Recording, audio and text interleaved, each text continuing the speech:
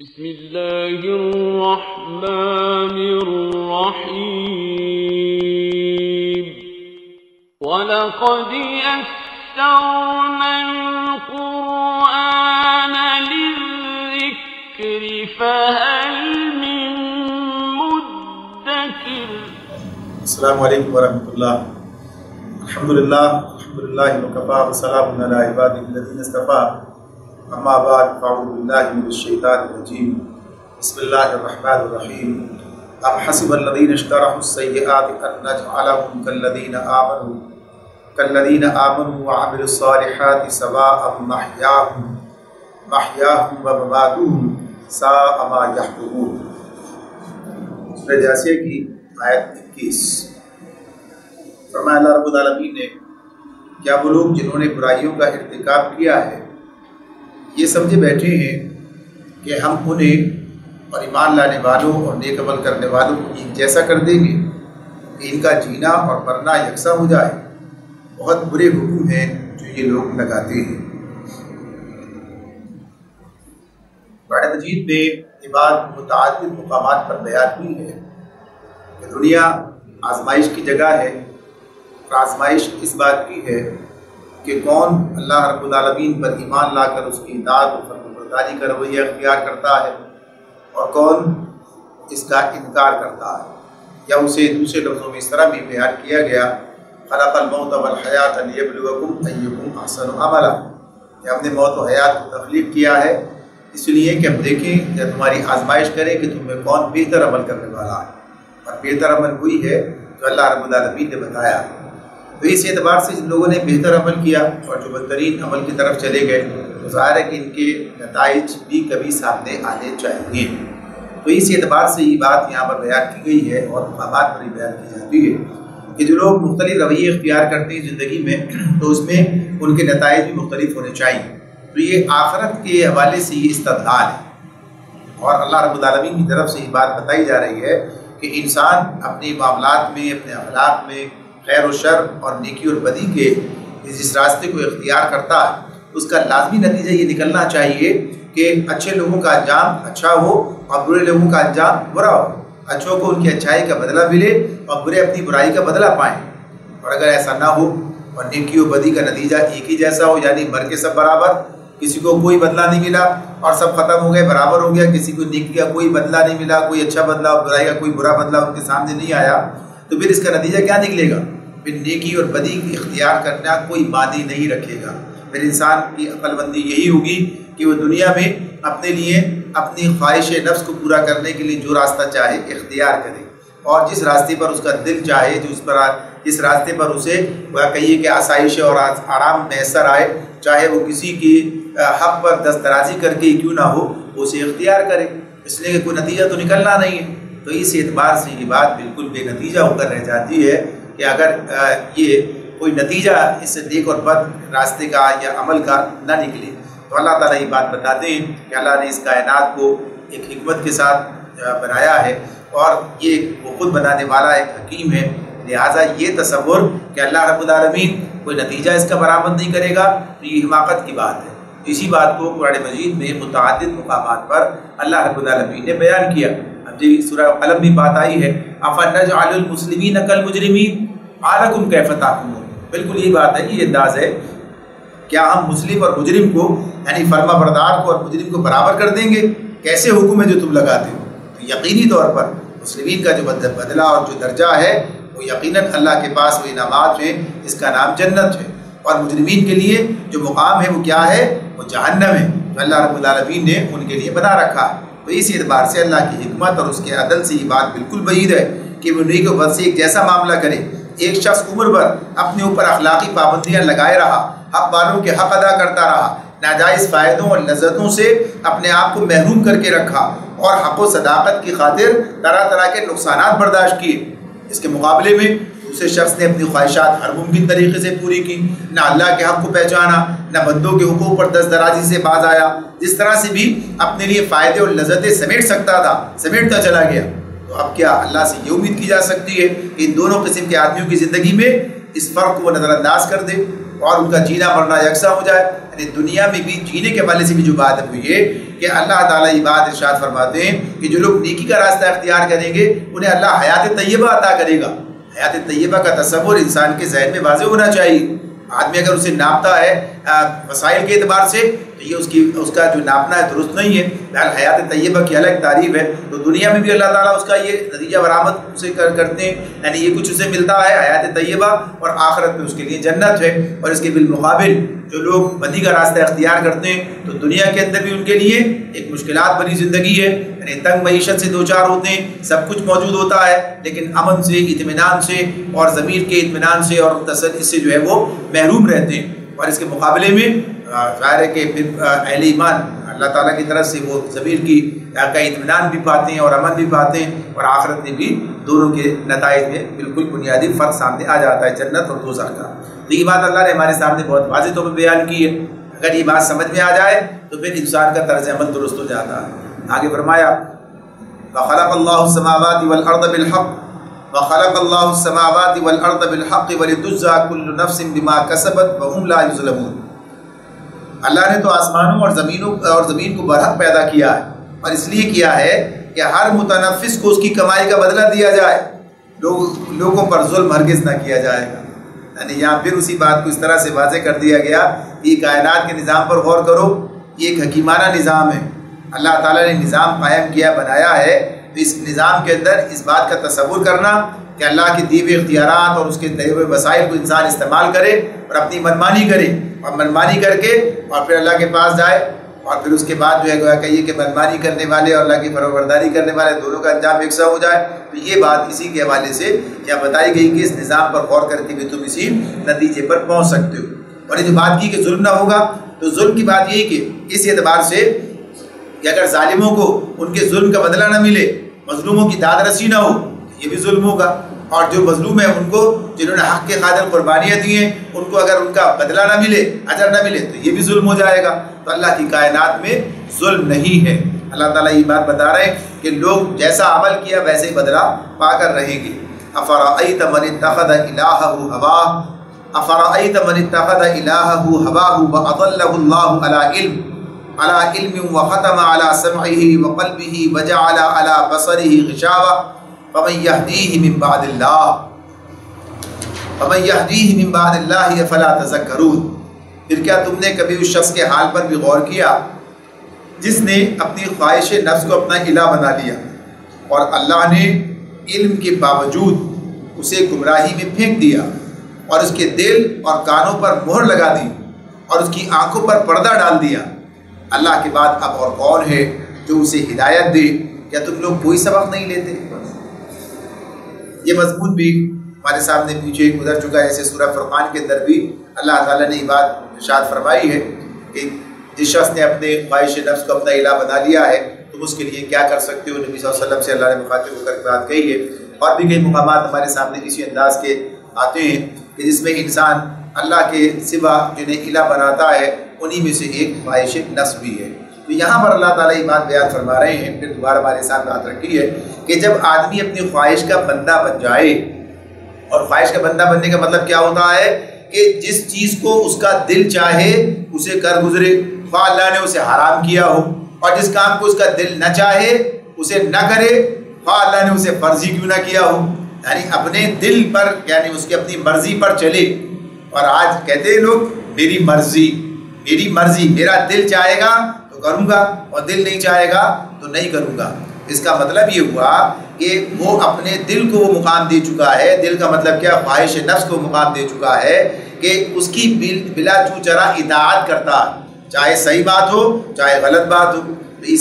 اسی چیز کو الہ اور معبود بنا لینا ہے۔ اس لیے کہ یہ تعلق تو بندے کا اللہ رب العالمین کے ساتھ ہے کہ بلا چوچرا اطاعت اللہ کی جانی چاہیے، غیر مشروط اطاعت اللہ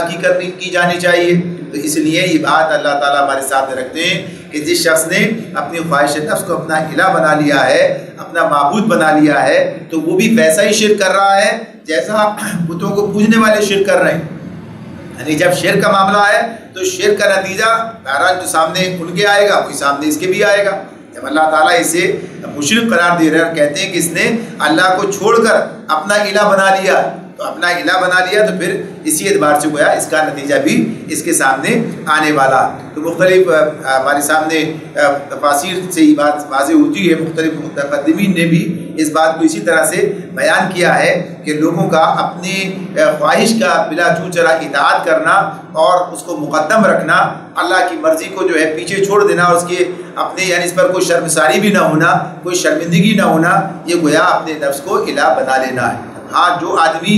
نفس کی کسی اکساہٹ کی بنیاد پر گناہ کرتا ہے، غلط راستہ اختیار کرتا ہے، مگر اس پر شرمندہ ہوتا ہے یا اسے یہ احساس ہوتا ہے کہ اسے یہ کام نہیں کرنا چاہیے، کام اسے وہی کرنا چاہیے جو اللہ نے بتایا، وہ گناہ کے درجے میں ہوگا، شرک کے درجے میں نہیں آئے گا. لیکن جب آدمی بات سمجھ لے کہ بس مجھے یہی کرنا ہے جو کچھ میرا دل چاہے، تو گویا کہیے کہ پھر وہ اسی درجے میں چلا جاتا ہے جیسے کوئی دوسرا کسی اور کو الہ بنا رہا ہوتا ہے. اور نبی اکرم صلی اللہ علیہ وسلم کا وہ ارشاد جو سورہ فرقان کی اس آیت کے حوالے سے بھی سامنے رکھا گیا تھا کہ آپ نے فرمایا کہ دنیا میں جن کے اللہ کو جن کو پوجا جا رہا ہے، اللہ کے سوا جنہیں پوجا جا رہا ہے، ان میں بدترین معبود خواہش نفس ہے. یعنی بدترین معبود نبی اکرم صلی اللہ علیہ وسلم نے خواہش نفس کو قرار دیا. اس کے بعد یہ بات ہمارے سامنے آتی ہے، اللہ تعالیٰ نے فرمایا کہ اللہ نے علم کے باوجود اسے گمراہی میں پھینک دیا. یہ بات اس کے دو مطلب ہیں. ایک مطلب تو یہ کہ سورہ اعراف میں آیت 175 176 میں وہاں اللہ تعالیٰ نے ایک مثال دی ہے ایک ایسے شخص کی کہ جسے اللہ نے اپنی آیات کا علم عطا کیا تھا، لیکن وہ خواہش نفس کے پیچھے پڑ گیا، اور نتیجہ کیا نکلا کہ وہ علم اس کے کسی کام نہ آیا اور وہ خواہش نفس کا بندہ بن کر رہ گیا. اللہ چاہتا تو اسے آیات کا علم عطا کیا تھا، اس کی بدولت اسے بلندی عطا کرتا، مگر وہ تو زمین سے چمٹ کر رہ گیا، یعنی خواہش نفس کا بندہ بن گیا اور اس علم کے باوجود گمراہ ہو کر رہا. یعنی یہ سورہ اعراف کی آیت 175 176 میں یہ مضمون ہمیں ملتا ہے. اس اعتبار سے کہ وہ علم اس کے کسی کام نہ آیا اور وہ اس طرف چلا گیا.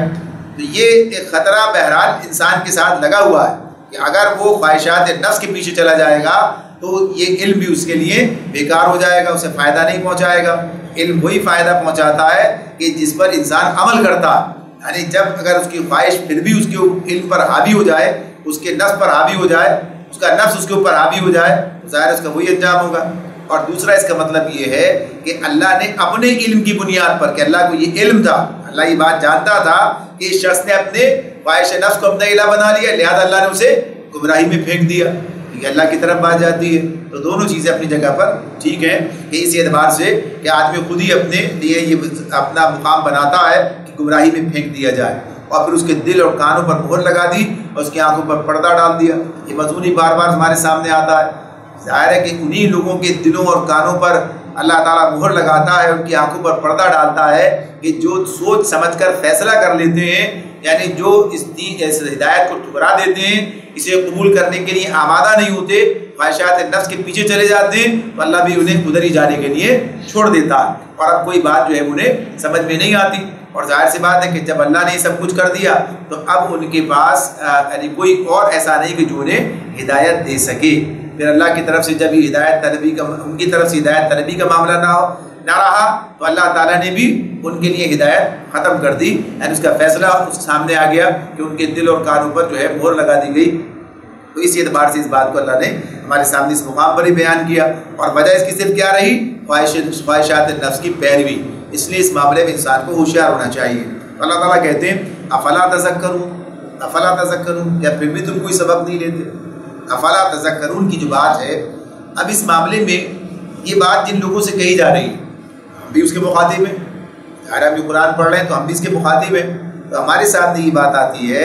کہ انسان کا یعنی عقیدہ آخرت کا بیان شروع ہوا تھا، اس پر دلائل آ رہے تھے، اور یہ اخلاقی دلیل تھی کہ انسان جو عمل کرے گا وہی نتیجہ پائے گا. تو یہاں پر بھی یہ بات اسی طرح سے ہے کہ جب آخرت کی فکر دامنگیر نہ رہے، یعنی عقیدہ آخرت میں بگاڑ پیدا ہو جائے، تو اس کا نتیجہ کیا نکلتا ہے؟ خواہشات نفس کی بندگی کی صورت میں سامنے آتا ہے. اور پھر جب آدمی خواہشات نفس کے بندگی کرتا ہے تو پھر اس سے کسی حد پر رکنے کا کوئی معاملہ نہیں ہے. اس کی خواہشات اسے جہاں جہاں لے کر چلی جائیں وہ ادھر ہی چلا جاتا ہے، اور بالآخر پھر تباہی سے ہمکنار ہو جاتا ہے، اس سے دوچار ہو جاتا ہے. تو یہ بات بتا دی گئی کہ عقیدہ آخرت کا انکار انسان کو ایک ایسی خودسری کے اندر مبتلا کر دیتا ہے کہ جس کا نتیجہ دنیا اور آخرت میں اس کی بربادی کی صورت میں سامنے آتا ہے. اور عقیدہ آخرت درست ہو تو پھر انسان جو ہے بہرحال محتاط ہوتا ہے اور اس کا ضمیر اسے بار بار اس طرح متوجہ کرتا ہے کہ کل اللہ کے حضور پیش ہو کر اسے حساب دینا ہے، تو بہرحال پھر اس معاملے میں انسان کی اصلاح کی توقع کی جا سکتی ہے، ورنہ یہ چیز موجود نہ ہو تو بڑے سے بڑا عالم بھی اس راستے پہ آگے بڑھ کر بربادی سے ہی دوچار ہوتا ہے۔ وقالوا ما هي الا حیاتنا الدنیا نموت ونحیا وما یہلکنا الا الدہر وما لهم بذلك من علم ان هم الا یظنون۔ یہ لوگ کہتے ہیں کہ زندگی بس یہی ہماری دنیا کی زندگی ہے، یہی ہمارا مرنا اور جینا ہے، اور گردش ایام کے سوا کوئی چیز نہیں جو ہمیں ہلاک کرتی ہو۔ در حقیقت اس معاملے میں ان کے پاس کوئی علم نہیں ہے، یہ محض گمان کی بنا پر یہ باتیں کرتے ہیں۔ وہی بات پھر اللہ نے ہمارے سامنے رکھ دی کہ یہ کیا وجہ ہے، سارا معاملہ کس بنیاد پر ہے کہ یہی آخرت کا تصور جو ہے وہ کھویا گیا، آخرت کے بارے میں ان کا تصور درست نہیں ہے،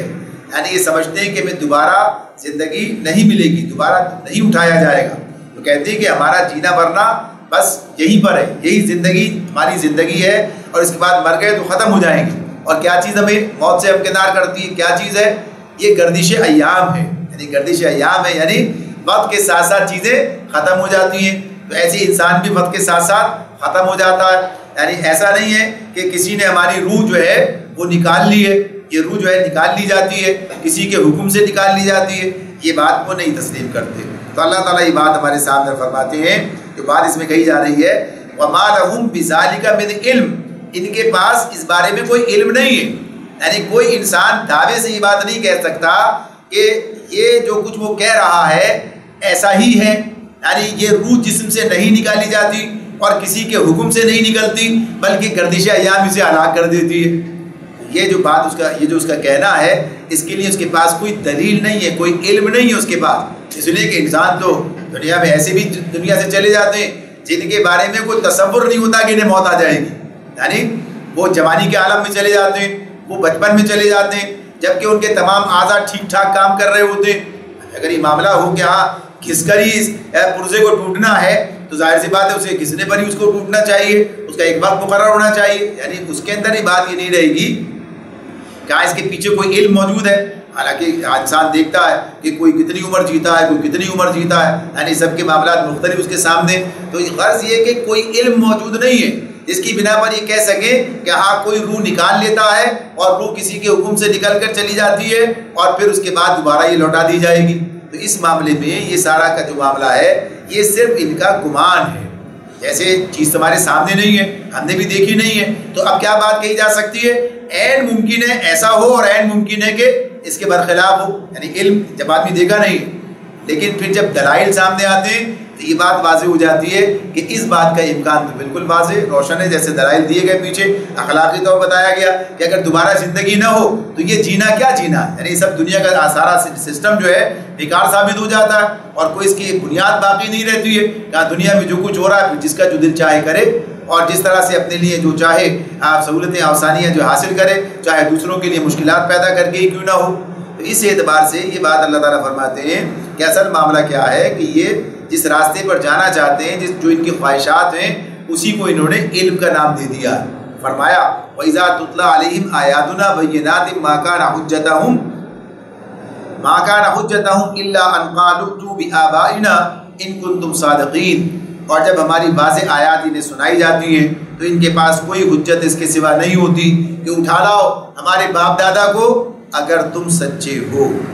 یعنی جب ان سے یہ بتایا جاتا ہے کہ مرنے کے بعد ایک زندگی ہے اور تمہیں دوبارہ اٹھایا جائے گا تو بس ان کا کہنا ہے کہ لے آؤ اٹھا کر، کیوں نہیں لے کر آتے؟ حالانکہ یہ تو نہیں کہا جا رہا کہ فردن اٹھا لیا جائے گا، جب کیا ہوگے جب اٹھا لائیں گے، بلکہ یہ بتایا جا رہا ہے کہ خاص وقت پر اللہ تعالیٰ سارے انسانوں کو دوبارہ زندگی دے گا۔ یعنی یہ بات تو کہیں نہیں کہی گئی کہ انسان اس طرح اٹھائے جائیں گے، بلکہ کیا بتایا؟ قیامت، اور قیامت کے بعد سارا درمیانی وقفہ اور پھر اس کے بعد حشر کا میدان، یہ بات بتائی جا رہی ہے۔ لیکن یہ کیا کہتے ہیں؟ اگر یہ بات صحیح ہے کہ اٹھائے دوبارہ زندگی ہوگی تو جاؤ ہمارے باپ دادا کو اٹھا کر لاؤ، یعنی بالکل بے وقوفانہ بات ہے۔ یہ بات کہی کس نے کہ ہاں اس طرح سے لوگوں کو زندگی دی جائے گی؟ ایک خاص وقت پر یہ زندگی لوگوں کو دی جائے گی اور اس وقت سارے انسان اکٹھے جو ہیں اٹھائے جائیں گے، اور یہ اللہ تعالیٰ کا کام ہے کہ وہی کام کرے گا۔ تو اس طرح سے یہ گویا کہ یہ کچ بیسیوں کی بات ہے، یہ آدمی کی بات نہ ماننے کا نتیجہ ہے کہ اس طرح کی باتیں کرتا ہے۔ قُلِ اللَّهُ يُحْيِيكُمْ ثُمَّ يُمِيتُكُمْ ثُمَّ يَجْمَعُكُمْ إِلَى يَوْمِ الْقِيَامَةِ لَا رَيْبَ فِيهِ وَلَٰكِنَّ أَكْثَرَ النَّاسِ لَا يَعْلَمُونَ۔ اے نبی ان سے کہو اللہ ہی تمہیں زندگی بخشتا ہے، پھر وہی تمہیں موت دیتا ہے، پھر وہی تم کو اس قیامت کے دن جمع کرے گا جس کے آنے میں کوئی شک نہیں، مگر اکثر لوگ جانتے نہیں ہیں۔ یعنی یہ بات جانتے نہیں کہ ایسا ہونے والا ہے، واقعی یہ کام ہو کر رہے گا۔ وہی بات یہاں پر دہرا دی گئی جو ابھی عرض کی جا رہی تھی کہ یہ جو کہتے ہیں کہ اٹھا لاؤ، تو بتایا جا رہا ہے کہ اس کے لیے ایک وقت مقرر ہے۔ یعنی اللہ تمہیں زندگی بخشتا ہے، پہلی بات تو یہ بتا دی، زندگی اسی کے دینے سے ملی ہے، وہی پھر موت دیتا ہے۔ یعنی تم گردش ایام سے نہیں مرتے، اللہ کے حکم سے مرتے ہو۔ یعنی تمہیں ایک موت آتی ہے تو اللہ کے حکم سے آتی ہے، اور پھر وہی قیامت کے دن جمع کرے گا تم کو، جس کے آنے میں اس دن کے جس کے آنے میں کوئی شک نہیں ہے، مگر اکثر لوگ جانتے نہیں ہیں۔ یعنی یہ بات نہیں جانتے، یہ سارا فلسفہ جو بیان کیا جا رہا ہے اس کے بارے میں غور کرنے کے لیے تیار نہیں ہے، سوچنے سمجھنے کے لیے تیار نہیں ہے۔ ورنہ اگر سوچیں سمجھیں اور اپنی عقل کو استعمال کریں تو یہ بات سمجھ میں آ جائے گی کہ آخرت کا واقع ہونا یہ بالکل عقل کے مطابق ہے، اور واقع نہ ہونا یہ بعید از عقل ہے۔ یعنی پھر تو کوئی چیز کچھ بنے گی نہیں۔ ایسے ہی جسے اللہ تعالیٰ کہتے ہیں بار بار، کیا کوئی یہ کھلنڈرے کا کھیل ہے کہ بس بنایا اور ایسے ختم کر دیا؟ یہ تو ایک باضابطہ حکیمانہ نظام ہے جو بنایا گیا، لیکن یہ بات ان کی سمجھ میں نہیں آتی۔ وَلِلَّهِ مُلْكُ السَّمَاوَاتِ وَالْأَرْضِ وَيَوْمَ تَقُومُ السَّاعَةُ يَوْمَئِذٍ يَخْسَرُ الْمُبْطِلُونَ۔ زمین اور آسمانوں کی بادشاہی اللہ ہی کی ہے، اور جس روز قیامت کی گھڑی آ کھڑی ہوگی اس دن باطل پرست خسارے میں پڑ جائے گا، اس دن باطل پرست خسارے میں پڑ جائے گا۔ زمین و آسمان کی بادشاہی اللہ ہی کی ہے، یعنی اللہ ہی سارے نظام کو چلا رہا ہے، اور جب وہ چاہے گا یہ وقت آ جائے گا۔ یعنی اس معاملے میں یہ بات بتائی جا رہی ہے کہ یہ کسی فرد کا کام نہیں ہے، اس کے پاس یہ اختیار نہیں ہے، رسول کے پاس بھی یہ اختیار نہیں ہے کہ لوگوں کے کہنے سے وہ کسی کو زندہ کر کے کھڑا کر دے ان کے سامنے، یا قیامت برپا کر دے، یا ان پر عذاب لے آئے، بلکہ یہ بات اس اعتبار سے ہے کہ اللہ ہی کا یہ اختیار ہے، جب وہ چاہے گا یہ کام کرے گا، اور دوبارہ پیدا کرنا بھی اس کے لیے کوئی مشکل امر نہیں، بلکہ سب چیزیں اس کے حکم کے تابع ہیں۔ وَتَرَىٰ كُلَّ أُمَّةٍ جَاسِيَةٍ كُلُّ أُمَّةٍ تُدْعَىٰ إِلَىٰ كِتَابِهَا الْيَوْمَ تُجْزَوْنَ مَا كُنتُمْ تَعْمَلُونَ۔ اس وقت تم ہر گروہ کو گھٹنوں کے بل گرا دیکھو گے، ہر گروہ کو پکارا جائے گا کہ آئے اور اپنا نامہ اعمال دیکھے۔ ان سے کہا جائے گا آج تم لوگوں کو ان اعمال کا بدلہ دیا جائے گا جو تم کرتے رہے تھے۔ آج اسے اللہ تعالیٰ بات بتا رہے ہیں، الْيَوْمَ تُجْزَوْنَ مَا كُنتُمْ تَعْمَلُونَ،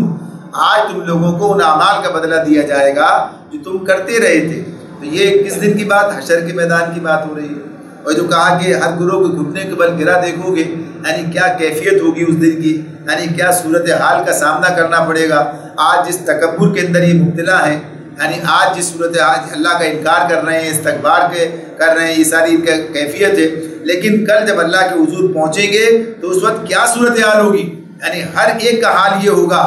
یہ ایسا روب اللہ تعالیٰ کا اس وقت لوگوں پر طاری ہوگا، اور ایک ایسی کیفیت اس وقت ہوگی کہ کسی ہیکڑ کی ہیکڑی وہاں پر چل نہ سکے گی، اور بڑے بڑے لوگوں کی عقل جو ہے وہ ختم ہو جائے گی اور گھٹنوں کے بل گرے ہوں گے۔ تو یہ کیفیت ہے جو بتائی جا رہی ہے، اور ساتھ ساتھ یہ بھی کہ اس دن کیا کام ہوگا،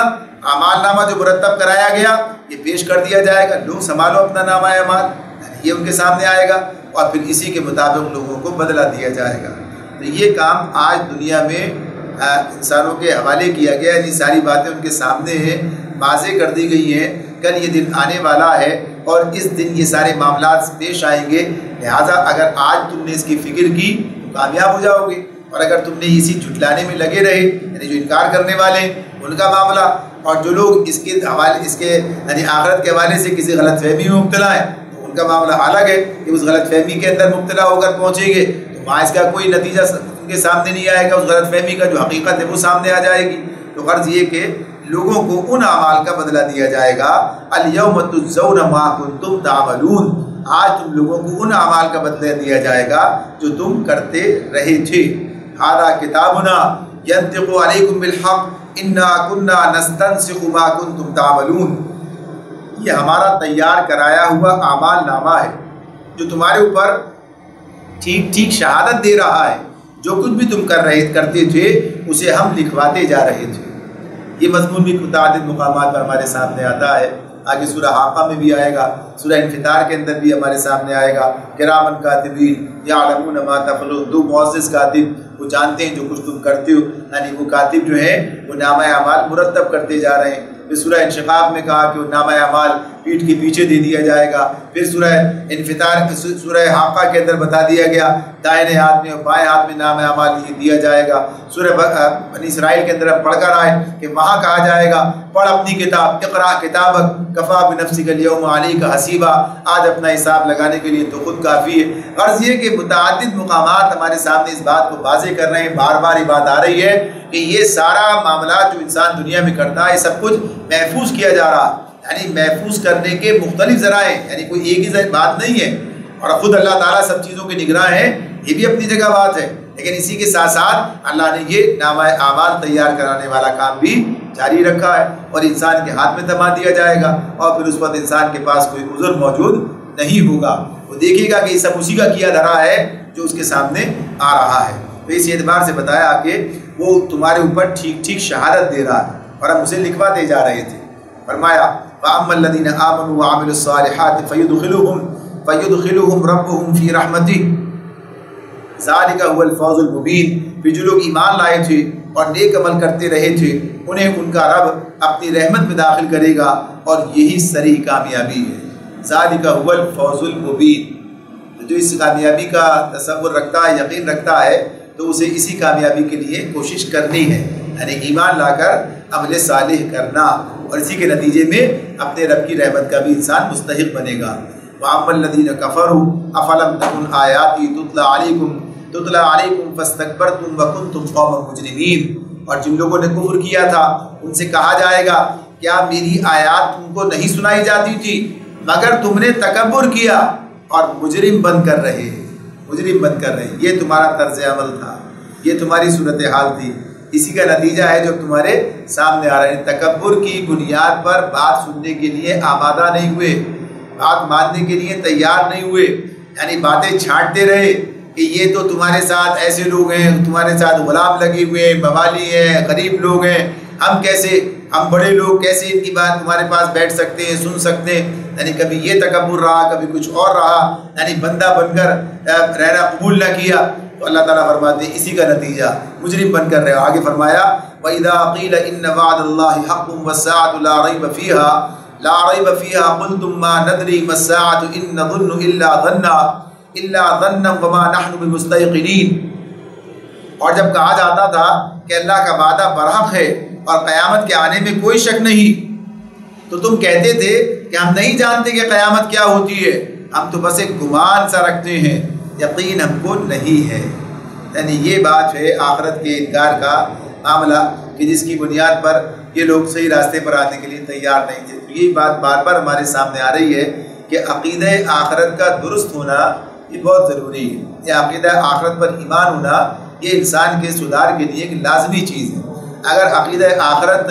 بگڑ گیا ہے یا عقیدہ آخرت موجود نہیں ہے کہ آخرت بھی کوئی بھی ہونی ہے اور آدمی کو دوبارہ زندہ کیا جانا ہے، تو مشرکین کا یا کفار کا یہ معاملہ انہیں سدھرنے نہیں دیتا، اور جو لوگ ایمان لے آتے ہیں لیکن عقیدہ آخرت کے بگاڑ میں مبتلا ہو جاتے ہیں کہ شاید بغیر عمل کے ہی کامیابی مل جائے گی، کسی کے ذریعے سے، کسی کے ناطے سے، کسی کی بنیاد پر، کسی کے سہارے، یعنی زندگی بسر کر کے ایسے چلے گئے، اور کچھ اللہ کی فرمانبرداری کا راستہ اختیار نہ کیا، نافرمانی کے راستے پر گھمٹٹ بھاگے چلے گئے اور سمجھتے رہے کہ شاید ایسا ہو جائے گا، تو کیا گمان ہے، گمان پر ہی رہے، یعنی اس بات کا یقین نہیں تھا کہ اعمال کا نتیجہ سامنے آئے گا۔ یعنی توبہ بھی انسان کا عمل ہی ہے کہ اگر توبہ کر کے اپنی اصلاح کر لے تو راستہ کھلا، اس کے سوا اور کوئی بات نہیں ہے۔ اللہ تعالیٰ فرماتے ہیں کہ یہ ان کی کیفیت تھی۔ وَبَدَا لَهُمْ سَيِّئَاتُ مَا عَمِلُوا وَحَاقَ بِهِم مَا كَانُوا بِهِ يَسْتَهْزِئُونَ، اور وہ اسی چیز کے پھیر میں آ جائیں گے، فرمایا اس وقت ان پر ان کے اعمال کی برائیاں کھل جائیں گی۔ وَبَدَا لَهُمْ سَيِّئَاتُ مَا عَمِلُوا، اس وقت ان پر ان کے اعمال کی برائیاں کھل جائیں گی، اور وہ اسی چیز کے پھیر میں آ جائیں گے جس کا وہ مذاق اڑایا کرتے تھے، یعنی اسی حشر کا، قیامت کا، آخرت کا مذاق اڑاتے تھے۔ لوگ صاحب بڑی پتہ نہیں کون سی باتیں کرتے ہیں، یہ کہاں کی باتیں کرتے ہیں، کیسے مر کر مٹی ہو جائیں گے، کوئی عطا پتہ نہیں ہوگا، لوگ سینکڑوں ہزاروں سال پہلے مر گئے، اب ان کا کوئی مٹی میں نشان بھی نہیں ہے، اور یہ کہتے ہیں کیسی کیسی باتیں سناتے ہیں، کیا کیا خبریں ہمیں دیتے ہیں، مذاق اڑاتے تھے آپ کا۔ تو اللہ تعالیٰ فرما رہے ہیں کہ جب وہی سب مناظر سامنے آئیں گے، سب کوئی کیفیات سامنے آئیں گی، یعنی اسی حقیقت کا سامنا کرنا پڑے گا، تو پھر کیا ہوگا؟ ظاہر ہے اس حقیقت سے انکار تو مفر تو نہیں ہے، اس سے کوئی بچ تو نہیں سکے گا، وہ تو واقعہ ہو کر رہے گا۔ ظاہر ہے کہ پھر ان پر ان کے اعمال کی برائیاں کھل جائیں گی، پتہ چل جائے گا جو کچھ کرتے رہے، جو کچھ انہوں نے کام کیے، اس کے کیا نتائج جب یہاں پر ان کے سامنے آنے والے ہیں، سامنے آ رہے ہیں، تو اس اعتبار سے لیکن اس دن سمجھ میں آنا بیکار ہوگا، کوئی فائدہ نہیں ہوگا۔ وقیل اليوم ننساکم کما نسیتم لقاء یومکم ھذا ومأواکم النار وما لکم من ناصرین، اور ان سے کہہ دیا جائے گا کہ آج ہم بھی اسی طرح تمہیں بھلائے دیتے ہیں جس طرح تم اس دن کی ملاقات کو بھول گئے تھے، تمہارا ٹھکانہ اب دوزخ ہے اور کوئی تمہاری مدد کرنے والا نہیں ہے۔ یہ بات بھی جو بار بار دہرائی جاتی ہے، وما لکم من ناصرین، کوئی تمہاری مدد کرنے والا نہیں ہے، یعنی تم تو یہ زوم رکھتے تھے کہ یہ مدد کے لیے آئے گا، وہ مدد کے لیے آئے گا، اس کی مدد، اس کا سہارا، لیکن کوئی مدد کرنے والا نہیں ہے۔ اللہ تعالیٰ یہ بتا رہے ہیں، بات واضح کر دی جا رہی کی گئی ہے کہ اس بھرے میں نہ رہنا، اس گمان میں نہ رہنا۔ وما لکم من ناصرین ذالکم بانکم اتخذتم آیات اللہ ہزوا وغرتکم الحیاۃ الدنیا فالیوم لا یخرجون منها ولا هم یستعتبون۔ یہ تمہارا انجام اس لیے ہوا، اللہ تعالیٰ فرماتے ہیں کہ پہلی بات تو یہ کہ آج تمہارا ٹھکانہ اب دوزخ ہے اور کوئی تمہاری مدد کرنے والا نہیں۔ یہ تمہارا انجام اس لیے ہوا کہ تم نے اللہ کی آیات کا مذاق بنا لیا تھا اور تمہیں دنیا کی زندگی نے دھوکے میں ڈال دیا تھا، لہٰذا آج نہ یہ لوگ دوزخ سے نکالے جائیں گے اور نہ ان سے کہا جائے گا کہ معافی مانگ کر اپنے رب کو راضی کرو۔ ذالکم بانکم اتخذتم آیات اللہ ہزوا، یعنی یہ جو آیات کا مذاق بنا لینا تھا، یہ جو اللہ کی آیات کا مذاق انہوں نے بنایا، اور وغرتکم الحیاۃ الدنیا، دنیا کی زندگی نے دھوکے میں ڈالا کہ بس یہی سب کچھ ہے، اس کے سوا اور کچھ نہیں ہے، تو پھر اسی کا نتیجہ تھا یہ تمہارے سامنے بات آ گئی۔ تو اللہ تعالیٰ نے یہ بات بیان کر دی کہ اس دن نہ تو مفر ہے، کوئی نجات ہے کا راستہ ہے کہ نکل جائیں، اور نہ اس بات کا مطالبہ ہے کہ توبہ کر کے اپنے معاملات کو درست کر لیں، اپنے رب کو راضی کریں۔ یہ دنیا میں یہ عمل کر سکتے ہیں، دنیا میں اس بات کی دعوت ہے، دنیا میں انسان سے کے سامنے یہ راستہ کھلا ہوا ہے کہ توبہ کر کے اپنے رب کو راضی کرنے کی کوشش کرے، لیکن آخرت میں جانے کے بعد اور پھر وہاں جب نتیجہ نکل آئے گا، اس کے بعد انسان کے لیے اس کا کوئی موقع نہیں ہوگا۔ لہٰذا اس وقت کو غنیمت جانو۔ یہاں سورہ مکمل ہونے جا رہی ہے، تو یہ بات اللہ تعالیٰ بیان فرماتے ہیں، متوجہ کرتے ہیں لوگوں کو، آخر میں پھر توجہ دلاتے ہیں کہ یہ موقع آج تمہارے پاس ہے، کل تمہارے پاس نہ ہوگا۔ بس فللہ الحمد رب السماوات و رب الارض رب العالمین،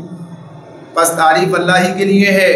جو زمین اور آسمانوں کا مالک اور سارے جہان والوں کا رب ہے۔ وَلَهُ الْكِبْرِيَاءُ فِي السَّمَاوَاتِ وَالْأَرْضِ وَهُوَ الْعَزِيزُ الْحَكِيمُ، زمین اور آسمانوں میں بڑائی اسی کے لیے ہے اور وہی زبردست اور دانا ہے۔ یعنی یہ باتیں جو تمہیں بتائی جا رہی ہیں، بیان کی جا رہی ہیں، کس کی طرف سے ہے؟ اللہ رب العالمین کی طرف سے۔ اس تمہارے ماننے یا نہ ماننے سے اس کی بڑائی میں کوئی کمی واقع نہیں ہوتی ہے،